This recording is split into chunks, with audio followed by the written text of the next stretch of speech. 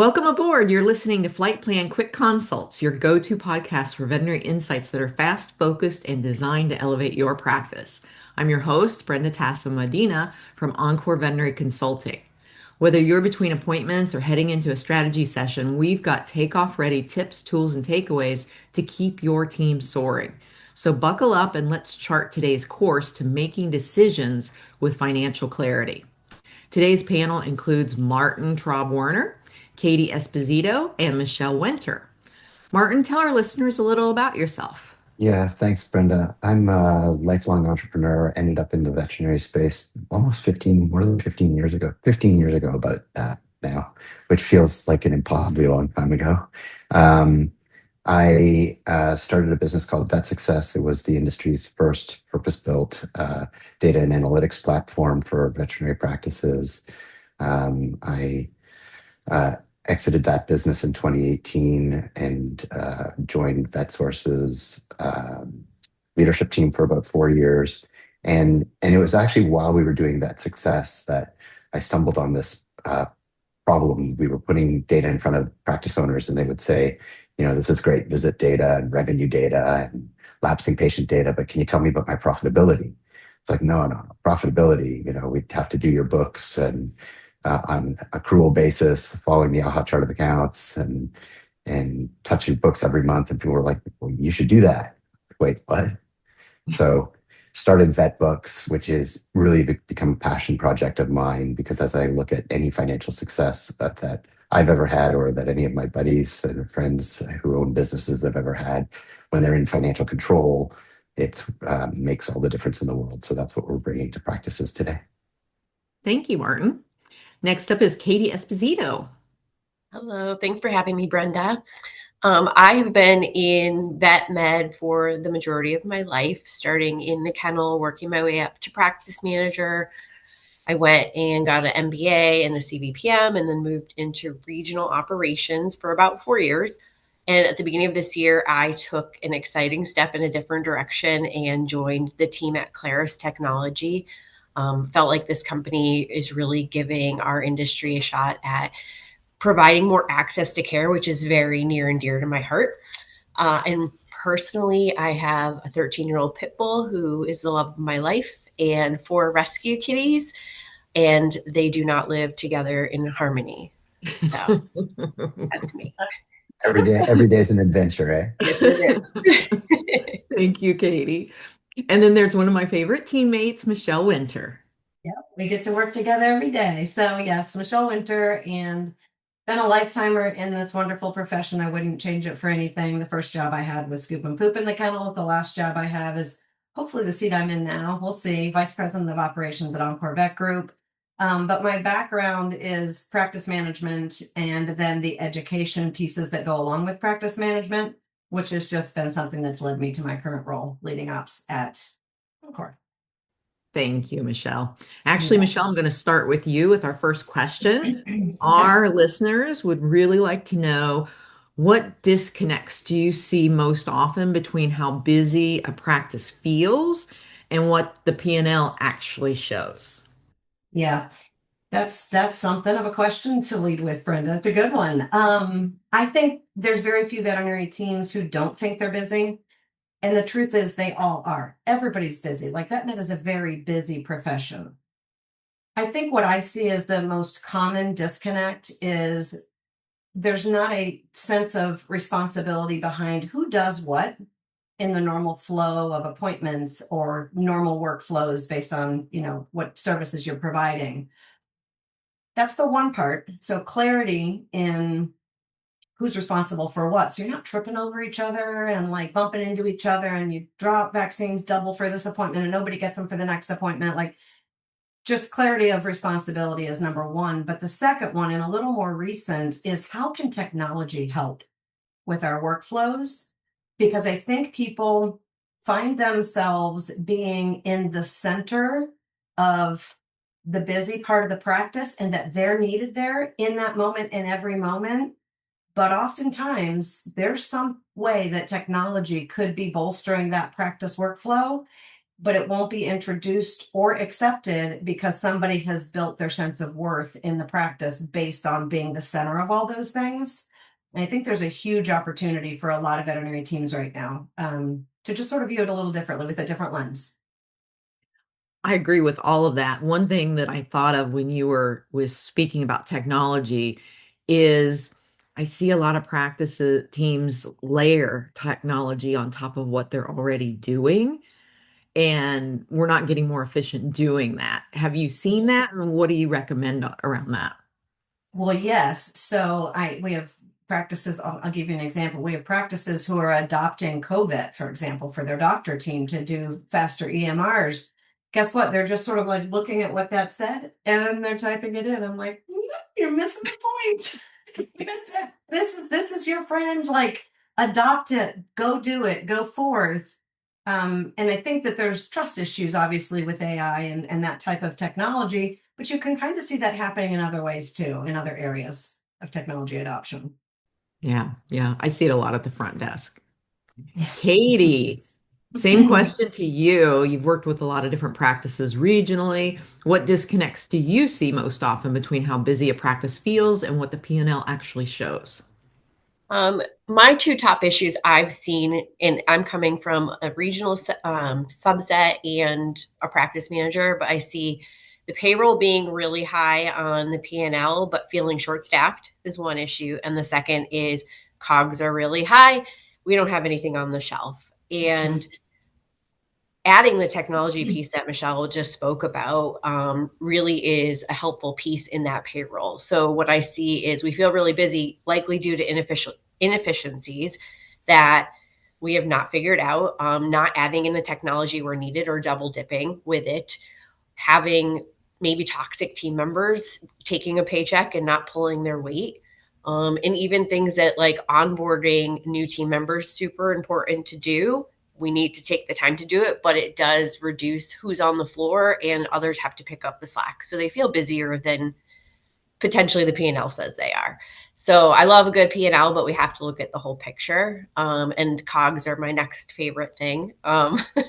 So I think that this is an area that feels from a team standpoint, like we never have what we want and who's doing the ordering and what's going on. And without a strong system and somebody that has the buy-in of the whole practice as to what we need to have versus what we must or what we want to have on the shelf. We need to have a good system there and really work together to get those items because we can't carry everything at all times. And those are the two biggest pain points I have found. And yes, we're all busy. So streamlining anything we possibly can would be wonderful. Thank you, Katie. Martin, same question to you, but you're coming from a different perspective. What do you see as far as disconnect? Yeah, I come at it from a very different perspective because I dispassionately just look at the financials. I have no idea how busy the practice is, although I agree with both Michelle and Katie that everybody's busy, right? You ask somebody, how are you? Oh, busy, busy, busy, busy, busy, busy, busy, busy. But I don't know that one could correlate the relationship between a healthy P&L and busy or not busy in the practice.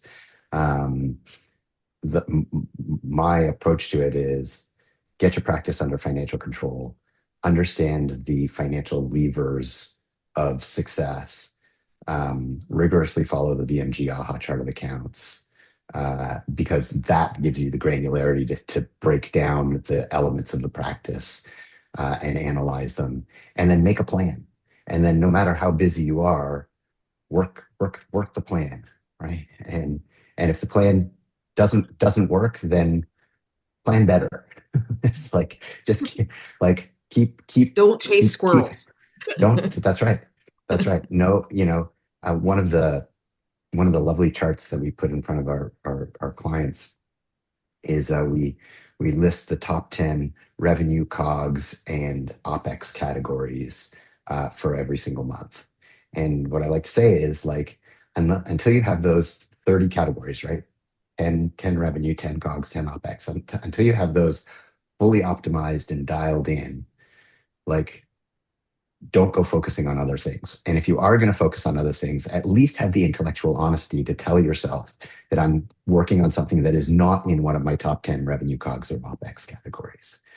Um, I talk about, there's money hiding in the couch cushions of the practice, and that's where it is, right? It's in your top 10 categories, and so that's a good place to start. Stay focused, no matter how busy you are. We're all busy. Everybody's busy. You can always make work, but with focus around the financial controls, you can be at least successful financially. Thank you very much, Martin.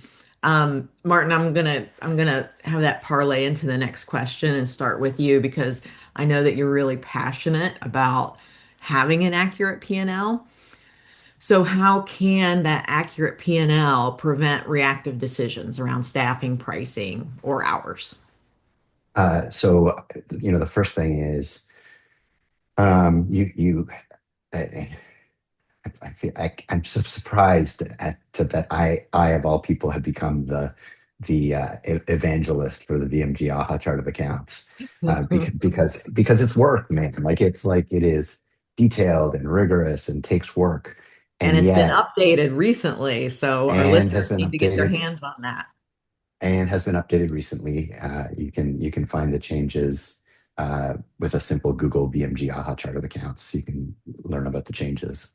Um, and as I mentioned earlier, it brings the granularity that lets you start to analyze the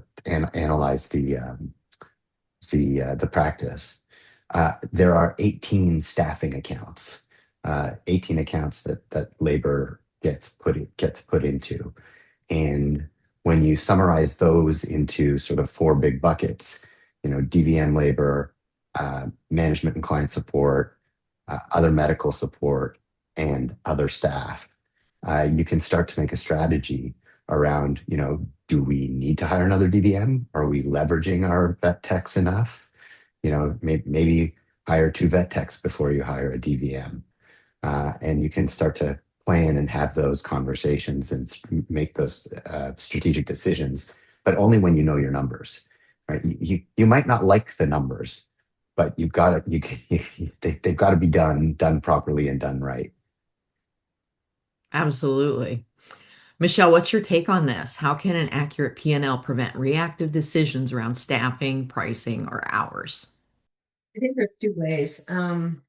I'm like Katie said, like I'm a big fan of a great P&L. Like that's my jam. I love data. I love making data decisions and data driven decisions. One of the things that I find really, really helpful in our P&L structure is we've got a rolled up version and we've got a rolled down version. So the rolled up is what we call the big five. The big five is revenue, cost of goods, staff labor, vet labor, and EBITDA. I want to see it fast and furious right at the top of my P&L.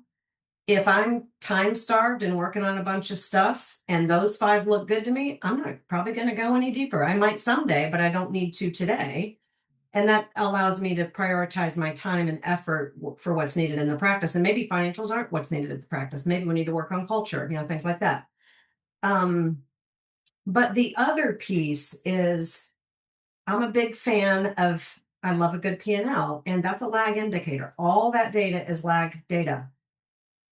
I'm a big fan of assigning a leading indicator to the things that you need for each of the big five and some of the other categories. And so often you find, this might be shocking to some, but not for probably anybody on this call, is that revenue is often a leading indicator to many things in the practice. And so like fixed expenses, if my daily revenue isn't hitting, my fixed expenses are going to be bad this month. So when you know what leads you've got the ability then to make an impact on the lag. Without that, you're just going another 30 days and then you get your lag, and that's not great for moving the needle. I'm a fan of moving the needle with leading indicators. Thank you, Michelle. Yeah. Katie, accurate P&Ls and preventing reactivity. What are your thoughts? So I'm a little different than Michelle, but I do think that as an industry, we're very reactive overall. And we don't do as much intentionally as we should. That's the way we are. And having accurate data allows us to be intentional and make better plans for the future. I actually tend to discourage people from looking at the day-to-day. Don't get sucked into it. Let's look at the trends. We know it's winter, it's slower. Let's not freak out about it. Let's not make a decision based on this week, the week of Christmas. Maybe we wait and see, because a week in the middle of the summertime is going to be very different. So I think my main takeaway from that is, let's just try and be more intentional and set up systems. I like having systems that allow for us to trust the data we're inputting, so we can trust it on a trend basis. I love a good trend line myself. So thank you all for being with us today. And thanks for flying with us on Flight Plan Quick Consults. If today's insights helped you climb to new heights, be sure to subscribe, leave a review, and share this episode with your crew. Until next time, keep your mission clear, your team aligned, and your practice soaring.